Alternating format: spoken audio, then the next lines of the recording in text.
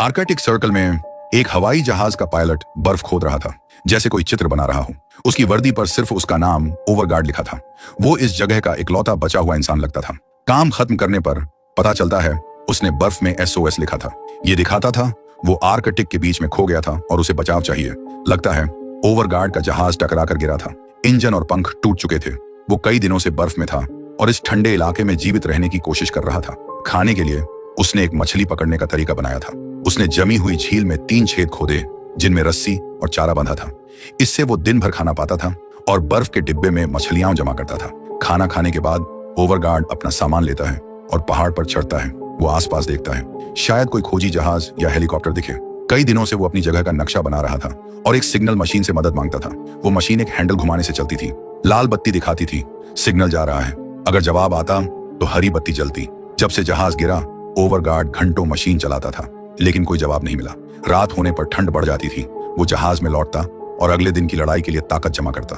अगली सुबह ओवरगार्ड फिर SOS लिखता है, लेकिन पहले वो एक छोटे पत्थरों के ढेर के पास जाता है। वहां वो किसी को अलविदा कहता है। लगता था वो पत्थर किसी साथी की कब्र थे जो शायद हादसे में मर गया। सम्मान देने के बाद वो फिर खोदने लगता है। वो पत्थर हटाता है ताकि SOS साफ दिखे। उसका मकसद था कोई पायलट ऊपर से उड़ते हुए उसे देख ले। फिर वो मछलियां देखने जाता है, लेकिन सारे हुक खाली थे। एक छेद के पास उसे बड़ा पंजा दिखता है, शायद बर्फ का शिकारी जानवर था। डरते हुए ओवरगार्ड जहाज में भागता है और तब तक अंदर बंद रहता है जब तक सुरक्षित न हो। खतरा टलने पर वो फिर पहाड़ पर चढ़ता है। वो सिग्नल भेजने की मशीन चलाता है, हरी बत्ती की उम्मीद में, लेकिन नतीजा वही रहता है। वो आसपास देखता है, जैसा उसे डर था। दूर एक विशाल सफेद भालू दिखता है। वो खाना ढूंढ रहा था। कोई रास्ता न होने पर ओवरगार्ड जहाज में लौटता है। वो सो जाता है और अगले दिन अपनी रूटीन शुरू करता है, लेकिन कोई बचाव नहीं आता। उसका मछलियों का जखीरा कम हो रहा था। वो बस सिग्नल भेजने की कोशिश करता रहता है। घंटों कोशिश के बाद ओवरगार्ड लगभग हार मान लेता है। तभी मशीन की हरी बत्ती जलती है। सिग्नल किसी ने पकड़ लिया था। ओवरगार्ड जल्दी से देखता है, जवाब कहां से आया। क्षितिज पर उसे एक हेलीकॉप्टर उड़ता दिखता है। वो जहाज के पास जाता है और धुआं सिग्नल जलाता है ताकि वो उसे ढूंढ ले। सौभाग्य से हेलीकॉप्टर उसे देख लेता है और उतरने की तैयारी करता है, लेकिन तेज तूफान से हेलीकॉप्टर बेकाबू हो जाता है। पायलट को वापस मुड़ना पड़ता है। हालात और बिगड़ते हैं। हेलीकॉप्टर स्थिरता खो देता है और बर्फ में टकराकर गिर जाता है। हादसे के बाद ओवरगार्ड दौड़कर वहां पहुंचता है। हेलीकॉप्टर में पायलट मर चुका था। चोटों की वजह से उसे दूसरा साथी जिंदा मिलता है, लेकिन उसका पेट बुरी तरह घायल था। ओवरगार्ड हेलीकॉप्टर से प्राथमिक चिकित्सा किट लेता है। एक स्टेपलर से उस साथी के घाव को बंद करता है। इससे खून रुक जाता है, लेकिन बर्फीला तूफान बढ़ता जा रहा था। जहाज तक लौटने का रास्ता नहीं था। अब बस हेलीकॉप्टर में आराम करना था जब तक तूफान खत्म न हो। कई घंटे बीतते हैं और मौसम सामान्य हो जाता है। ओवरगार्ड उस बची हुई औरत की हालत देखता है और हेलीकॉप्टर के सामान की जांच करता है। उसे रस्सियां, बर्फ चढ़ने का एक औजार और फटाफट नूडल्स के कप मिलते हैं।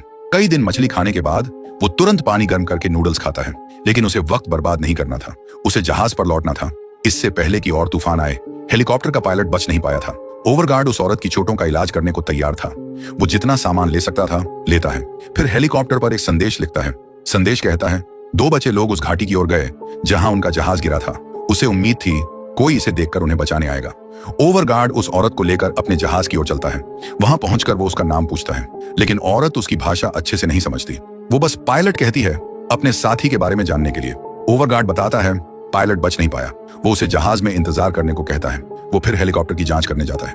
औरत के सो जाने पर ओवरगार्ड हादसे की जगह लौटता है। उसे अपने साथी का शरीर बर्फ में ढका मिलता है। जैसा उसने पहले किया, वो उसे बर्फ में दफनाता है और सम्मान के लिए पत्थर रखता है। फिर वो हेलीकॉप्टर के अंदर जांच करता है। उसे एक नक्शा, एक लाइटर, एक छोटा गैस टैंक और एक छोटा चूल्हा मिलता है। उसी वक्त उसे एक फोटो मिलती है जो उसे भावुक कर देती है। वो उसे अपनी जैकेट में रखता है। जांच के दौरान ओवरगार्ड को सामान के डिब्बे में एक स्लेज मिलता है। वो इसका इस्तेमाल सामान ले जाने के लिए करता है। जहाज पर लौटकर वो फोटो उस औरत के पास रखता है। पता चलता है ये एक परिवार की फोटो थी। इससे लगता था वो औरत और हेलीकॉप्टर का पायलट शादीशुदा थे और उनका एक छोटा बच्चा था। औरत सोती रहती है। ओवरगार्ड उसकी चोट साफ करने के लिए दवा लगाता है। वो छोटा चूल्हा जलाकर गर्मी लेता है और नक्शा देखता है। नक्शा उस इलाके की ज्यादा जानकारी देता था।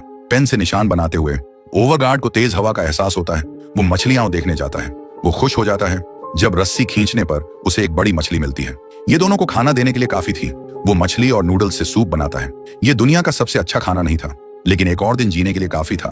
सूप तैयार होने पर वो औरत को जगाता है, उसे खाना देता है ताकि वो ताकत हासिल करे, लेकिन अपने पति की मौत ने उसे भूख और ताकत से खाली कर दिया था। ओवरगार्ड जिद करता है कि वो खाए। वो उसे भरोसा देता है सब ठीक हो जाएगा। कई दिन बीत जाते हैं। ओवरगार्ड सिग्नल मशीन से मदद मांगता रहता है, लेकिन पहले की तरह कोई जवाब नहीं मिलता। वो सोचता है उस औरत को कैसे बचाए। वो औरत की हालत बिगड़ रही थी, रात भर खांसती थी। अगली सुबह ओवरगार्ड उसे देखता है। वो औरत से हाथ दबाने को कहता है ताकि दोनों गर्मी और खून का बहाव बनाए रखें, लेकिन औरत बेहोश थी और उसकी सांसें भारी थीं। ओवरगार्ड उसकी चोट देखता है, वो और खराब हो रही थी। उसे मुंह से खून निकलता देख उसे डर लगता है कि औरत ज्यादा दिन नहीं बचेगी। हिचकते हुए ओवरगार्ड उसे वहीं छोड़ने का फैसला करता है। उसे लगता था इस हालत में दोनों नहीं बच सकते। अचानक वो उसका हाथ पकड़ती है, जैसे शुक्रिया कह रही हो। इससे ओवरगार्ड को और हिम्मत मिलती है। वो नक्शा फिर देखता है। नजदीकी गांव तक जाने में कई दिन लगेंगे, लेकिन पहाड़ों से एक छोटा रास्ता था जो जल्दी ले जा सकता था। आर्कटिक के बीच में जोखिम लेने का फैसला करके ओवरगार्ड ज्यादा रस्सियां और चारा तैयार करता है। वो मछलियां जमा करता है और सामान स्लेज में रखता है। औरत सो रही थी। ठंड से बचाने के लिए वो उसे स्लीपिंग बैग में डालता है। वो जहाज पर आखिरी संदेश लिखता है कि 2 लोग गांव की तलाश में उत्तर जा रहे हैं। ओवरगार्ड स्लेज को रस्सी से बांधता है, उसे कंधों पर रखता है और बर्फ के विशाल रेगिस्तान की ओर चलता है। लेकिन नक्शा देखकर उसे पता चलता है रास्ता वाकई उत्तर में था।